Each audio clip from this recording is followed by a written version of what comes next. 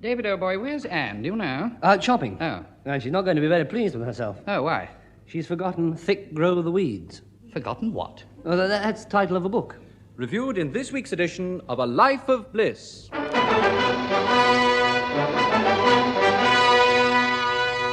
Being the biography of a bachelor with Diana Churchill, Colin Gordon, Petula Clark, Sarah Lawson, Nan Kenway, Gladys Henson, and Percy Edwards. Yet another episode in the life story of that shy young man, David Alexander Bliss, better known to us as George Cole.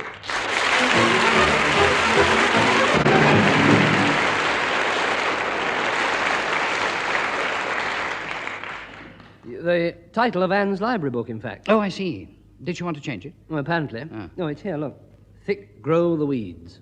A human story of tangled emotions. You know something? That's the trouble with these modern novels. Trouble? Too much of a tangle. Not true to life. Well, what's more, they're all rather the same. All stick to the same formula. Exactly. Rather like, A cinema program. How do you make that out? I'll tell you. To start with, they mostly have a foreign setting, right? Oh, yes. That's the travelogue. Second feature, a grim picture of life, slow-moving and heavily psychological. And so to the big feature of any novel, the part that really keeps us in our chairs. Oh, what's that? Well, not to put too fine a point on it, a passionate love story, vividly told. And there, of course, books have the advantage over films, the advantage of punctuation and all that implies. Punctuation? The inevitable row of dots and an exclamation mark. Come to think of it, that's probably why these continental films are so popular. Why? The subtitles also leave a lot to the imagination. Well, I'm sorry, but I couldn't be more in the dark. My dear chap, no need to apologize. My fault for mentioning it in the first place. You were saying? About what? Modern novels, not true to life. Oh, no, and that's not all either. The characters aren't real. They get their lives so jolly involved. You take my breath away. Why? How can you, of all people, possibly say that? When it comes to getting involved, you're a real character. Well, not to that extent. Oh, now, come now, David, there's no denying it, surely. Why, good heavens, if the future can really be foretold by reading palms, your lines must be a series of knots. All right, then I admit it, but I certainly don't get involved in the same way. I mean, take Thick Grow the Weeds, for instance. Oh, you read it then? Yes, and you're absolutely right. It's definitely a bit, rather... Well, Amazing. I'd never thought of it before, but you talk like a novel. Meaning? Row upon row of dots and exclamation marks. I take it that's what you meant. Well, that's exactly what I meant. And as for the mess Henry Blythe got himself into... Who's Henry Blythe? A character in the book. Oh. There were 3 women in his life altogether. Ah, that's the life. Oh, I say, tell me. Estelle, the girl he thought he loved but wasn't sure. Blanche, the girl he met on the ship. And Laura, the American nurse he met in Hong Kong. He thought he was in love with her, too, until he got the letter from Estelle. Then he didn't know what to think. No, but he still went on seeing her. Seeing Laura, that is. Oh, yeah. And in the end, of course, the inevitable happened. You don't mean ... exclamation mark. No. Of course not. No, sorry, my mistake. No, Estelle arrived on the scene. She got a job in a shipping office. And Henry began seeing her again, unbeknown to Laura. Oh, very professional. What? Unbeknown. Carry on, if you must. Well, I might as well, now I've got this far. Anyway, after a time, Henry realized he wasn't really in love with her at all. Well, with Estelle, that is, not Laura. But she was desperately in love with him. And he didn't know how to break it to her. Now, do you see what I mean about getting involved? Yes, but I'm sure it must have been clearer in the book. I should have thought that was clear enough. Henry wasn't in love with Estelle. No, she please, David, please. It was clarity itself, yes. But there is something you might explain. What have I done to deserve this? Well, suggested a comparison. With what? My life and the way I get involved. Oh, yes, and I don't retract, not for a second. In the past, perhaps, but not anymore. I've found the answer. Maxine? Maxine. No more complications, not in my life. Oh, my dear old boy, don't tempt fate. Nobody in this world can be that sure. No? Good heavens, no. It's all very well to think of love as a jolly little Cupid, but let's face it, there's some pretty indiscriminate shooting. Quite a few spare arrows flying around, too. Misguided missiles, in fact. Believe me, anything can happen then. Such as? 2 on the same target. You know that little poem, I shot an arrow into the air. It fell to earth, I know not where. Cupid on an off day. There's love for you, and it can hit you in the back. Oh, there's Anne. Tony! In here, darling. All right. Tony, Yeah?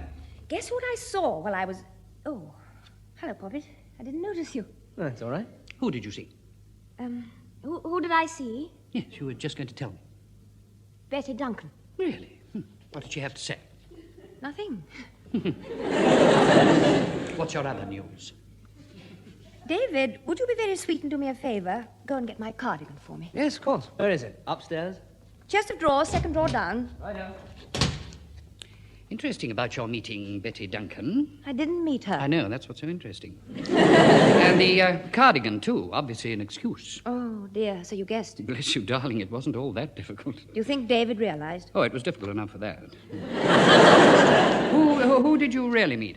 Penny Gay. Penny Gay? Oh, my goodness, of course. She was just getting on a bus, so I didn't have a chance to speak to her. I thought she was in America. Apparently not. I say, that really is a coincidence. Penny. The girl he thought he loved but wasn't sure. Thought he loved? He was engaged to her twice. Yes, I know. So... What are we going to do? About? About David, of course. Do you think we ought to tell him? Well, I don't see why not. Oh, don't be silly. It's not that simple. How do you think he's going to feel when he knows Penny's back? You know how she's always affected him. I know how Maxine's affected him. So? I doubt if he'll feel anything. Come to that, I doubt if he can. Meaning? People in a trance can't feel a thing. You seem to forget. It was never really over. Penny suddenly got the chance of going to Hollywood, and David persuaded her to go. But he was heartbroken when she left. Of course it would affect him. Oh, I'm sure you're wrong. Oh, for goodness sake, how can you possibly be sure? You don't seem to realize how serious it is. Well, that's the whole point. Surely I don't think it is, and I really don't. I could be wrong. So could I suppose. There you are, Anne. There's your cardigan. Oh, thank you, Poppet. I know it took me a long time, but that's what you wanted, wasn't it? What? What? The cardigan. Oh. Oh, yes, this is the one. Well, what have you been talking about?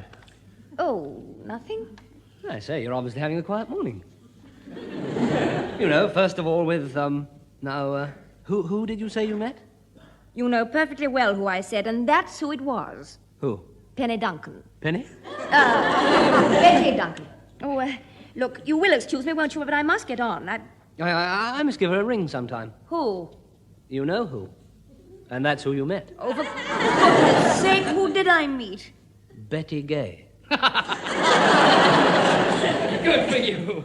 I'm sorry, darling, but as an impartial witness, I didn't give you a single round. I'm sorry, Anne. I shouldn't have teased you. But you needn't have worried. I knew she might be coming over. Really? You did? Well, yes. The company she works for are making a film over here, and Penny's designing all the costumes. But I don't understand. How do you know? From her letter, of course. Letter? Oh, didn't I tell you? No, you didn't. When was this? Oh, about a month or so ago. Why so surprised? We parted friends, and we're still friends. I don't know how many times we wrote, but not more than 6 altogether. And I assure you, they were perfectly harmless. I'm sure they were. But, how did you feel when you got the letter saying she might be coming back? Well, I didn't feel anything. Not at the time. And now? I feel guilty. I forgot to answer it. But that's all. I mean, you don't feel,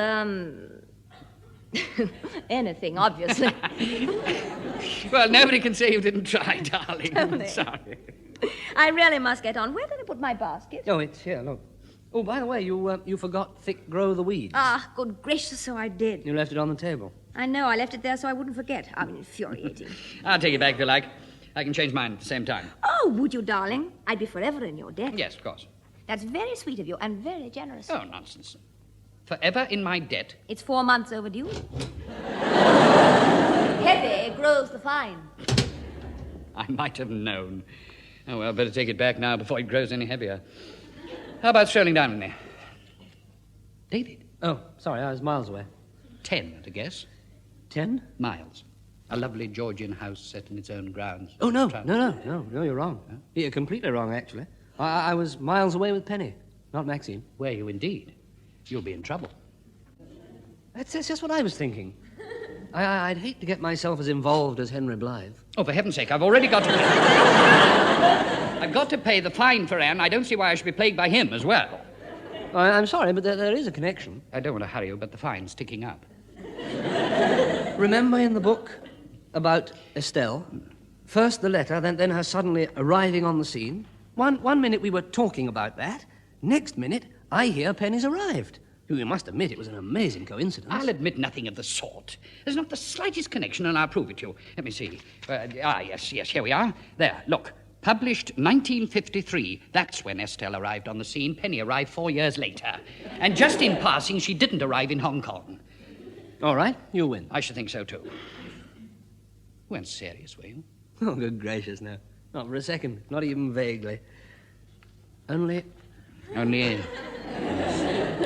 Estelle was in love with Henry, and Henry wasn't in love with her, and that started you wondering about Penny. No, I wouldn't say it started me wondering. It just made me, just... Started you wondering? Yes. That's what I thought. Then, of course, I started thinking back. And that was your fault, in a way. Oh, now, look, boy, there's no reason to drag me into it. Ah, but there is. I'd like to know what. Cupid on an off day, indiscriminate shooting, misguided missiles, 2 on the same target. But apart from that, nothing? To be fair, when I talked about indiscriminate shooting, I was generalizing. I'd never have said it about you because, well, it obviously couldn't apply. Why, obviously? Oh, my dear old boy, no missile could be that misguided. Maxine's misguided? Yes. Yeah, you'd never get another like her. Well, there's something in that. Never, not once in 1,000 years. Well, I'd be too old to worry, then. So that's all right. Yes, and while it's still all right, let's get that blasted book back to the library. We're on our way. I'll just tell Anne. All right. Anne? Yes? We're off to the library. Oh, bless you, darling. I'll be forever in your debt. Not after Friday, you won't. Cheerio, darling. Won't be long. Just a second, Tony. You've got company. Company? Oh, so you've decided to come, have you? Yes, all right. I only asked. Had enough arguments for one morning. Right, we're all set. Tony? Yes. I'm going to ring Penny. Going to? Ring Penny. It's no good. I'm not going to make any bones about it. No, it's a phrase. I've never known what it meant, either. What? Making any bones? Yeah. No, still no. Well, if you say you're not going to make any bones about it... Oh, for the love of life. It means, that you're not going to beat about the bush. In that case, I don't believe it. Penny's big chance came out of the blue. A last-minute panic, and she was off to America. And everything was rather, left in the air. For all I know, she might still be... Oh, unlikely, surely. And I'm not being unkind. But possible. Yes, but supposing you're right, how's phoning her going to help? She'll immediately think you're still in love with her. Well, that doesn't really follow, you know. But anyway, that's the whole point. If she does think that, I've got to tell her she's wrong. Thick grew the weeds. How are you going to tell her? How are you going to find out in the first place? How are you going to start, to mention but a few? Well, I'm going to start by saying I've still got the scarf she left behind. To answer but one. All right, then. Where do you go from there? Oh, I just have to feel my way. I had a feeling that was coming. Now, I'm not going to make any bones about it. No! That way, David, my boy, that way lies chaos, and there's no need for it. The odds are that trouble doesn't even exist. But get on that phone, and believe me, it'll be horribly real. Far better to let sleeping dogs lie. Oh, shut up! I'm sorry, David, to put it so bluntly, but you've got to be cruel to be kind. My point exactly. Now, look. You'll only get yourself deeper and deeper into the mire. I hate to mention this, but letting sleeping dogs lie... Oh, shut up! Sorry, Psyche. Poor old Psyche.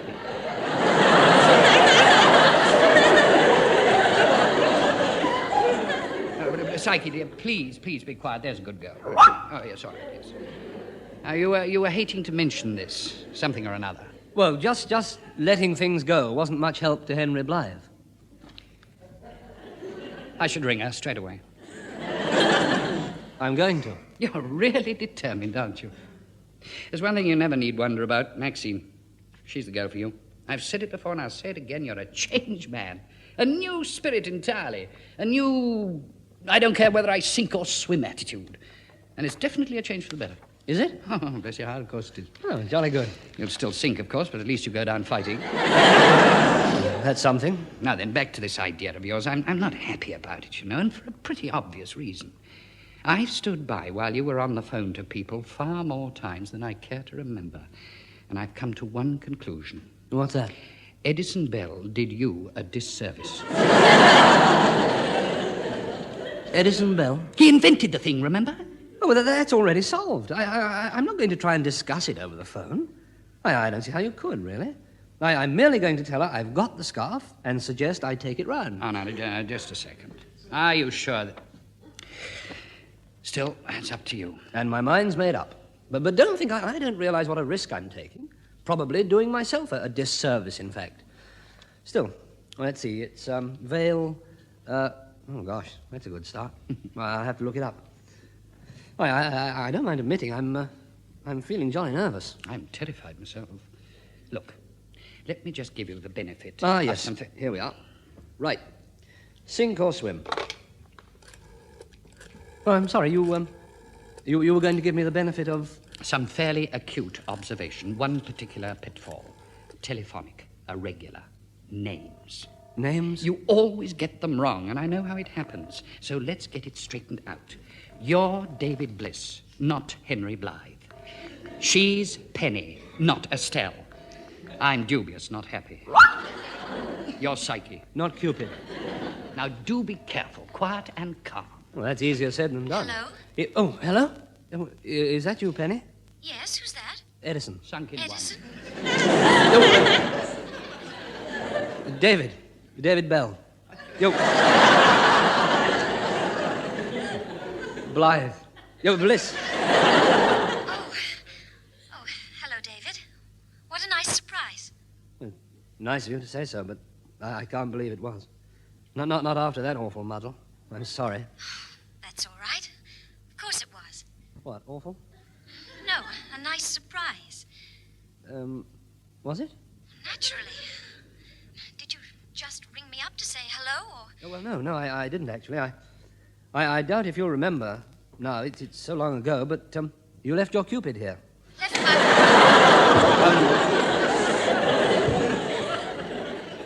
You've left your senses. Oh, you've left your senses.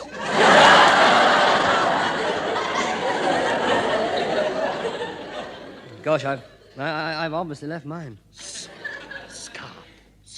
Oh, you left my scarf behind. Your scarf? Oh, no, yours, not mine. I was wondering if you could bring me round. That's quite a question. Poor David. What were you trying to say? That I've still got your scarf, and I wondered if you'd have me back. You have the... I wondered if you'd have the scarf back, my love. If I wanted my scarf back? Yes. Well, I shouldn't worry about it. Well, that's easier said than... I could easily bring it round. Now, if you like. All right then, David. Oh, that's wonderful. I'll be round in about 10 minutes. Goodbye. Bye. All right. I know what you're going to say.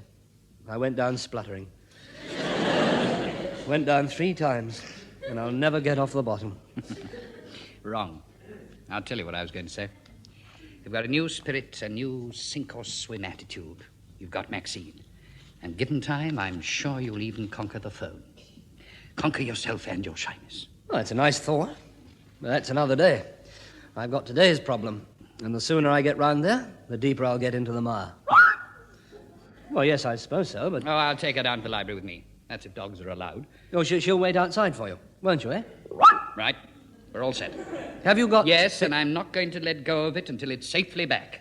You know, it's funny, but that's me in every way. My life. I make my own bed, and I have to lie on it. Sorry, old boy, I'm not with you. A bed of thistles.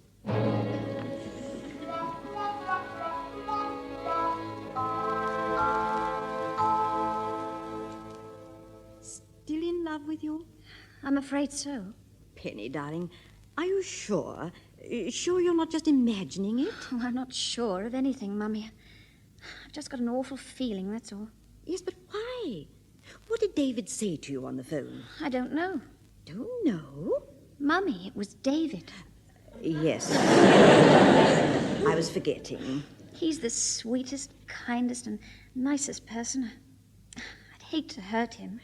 I still think it's imagination, but cruel to be kind. Yes, that's never easy. And anyway, you're right. I'm not sure, so I've got to find out first. But that's easy enough. Don't say anything until you've heard what he's got to say. I probably won't understand what he says. That does make it more difficult, I agree. Don't worry, darling. It'll also... Oh, there he is now. I'll take him in the front room. Yes, all right. Coming. Oh, hello, David. Hello, Penny. Come in. Your scarf. Oh, thank you. It's jolly nice to see you. It's nice to see you. In here. Oh, right. After you. Thank you. How was America? Oh, busy. Do sit down. Oh, thank you. Look, Penny, what I came round to tell you was... What I wanted to say, explain, was that, well, you know what it was like when you left Estelle? All such a... Left Estelle? Penny. Sorry, I was thinking of a book I know. But... You remember what it was like, Laura? All such a... Laura? Estelle. Penny. Call me Henry.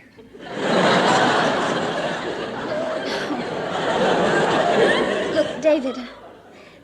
David, I've just got to ask you. I think it's the only way.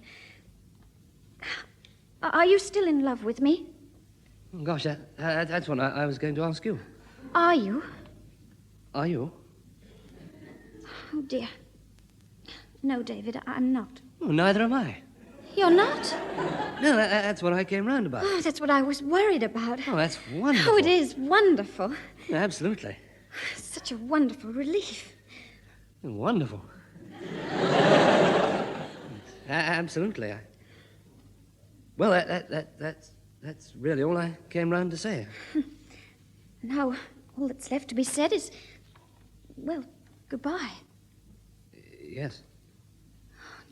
Darling David, I'll never forget you. I'll never forget you.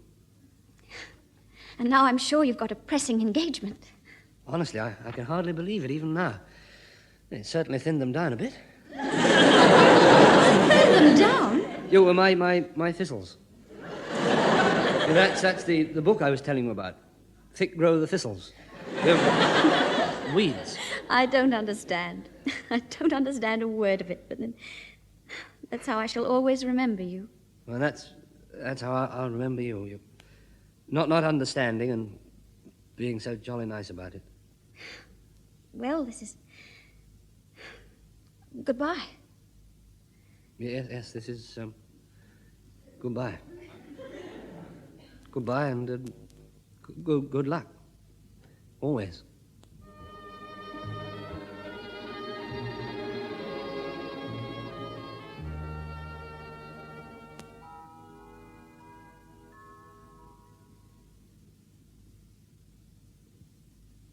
Darling Maxine. Darling. Oh, gosh, there's no doubt about it. Babysitting's a wonderful job. What time will Tony and Anne get back? Do you know? Oh, pretty late, I hope. Not too late, I hope. We've got a lot to do tomorrow. Have we?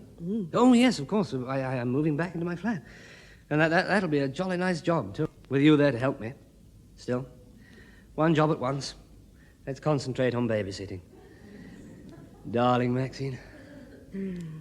Darling. Honestly, I love my work. You're silly, but silly sweet. No, jolly good. Maxine, there's something I want to tell you. What's that? I'm not going to make any bones about it. Oh, gosh. I'd forgotten you were there. I want to tell you about Well, somebody I was once in love with. Somebody called Estelle. Yeah, Laura. Penny. 3 girls you were in love with. No, just the one girl. With 3 names? No, you don't understand. I never try. Why? Because I understand you. And because I know you'd never say anything I'd mind your saying. If only I could understand. I'm sorry, I don't understand. Makes a change? But it's all over with her. Yeah, Penny, I mean. Completely over. I'm glad. Darling Maxine. For goodness sake. Who on earth? Oh, yes, of course, I know. It'll be Mrs. Griffin. Who's Mrs. Griffin? No, my daily help. She used to look after me before.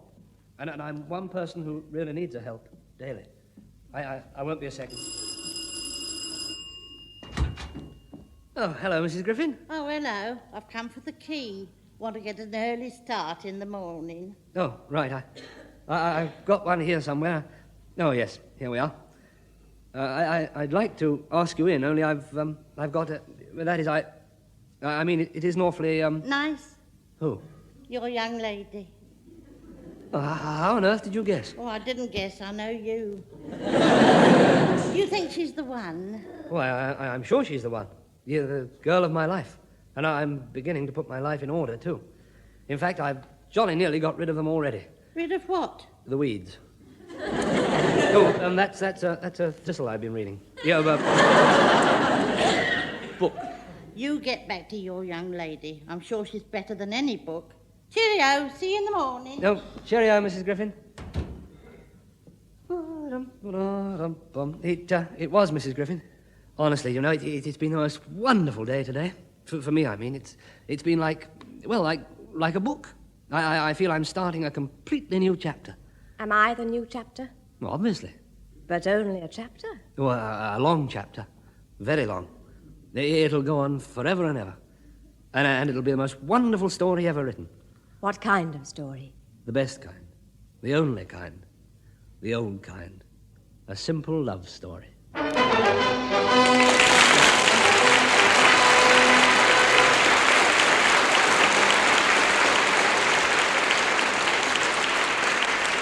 That was A Life of Bliss. The artists taking part were David Bliss, George Cole, Anne Fellows, Diana Churchill, Tony Fellows, Colin Gordon, Psyche the dog, Percy Edwards, Maxine Avery, Sarah Lawson, Penny Gay, Petula Clark.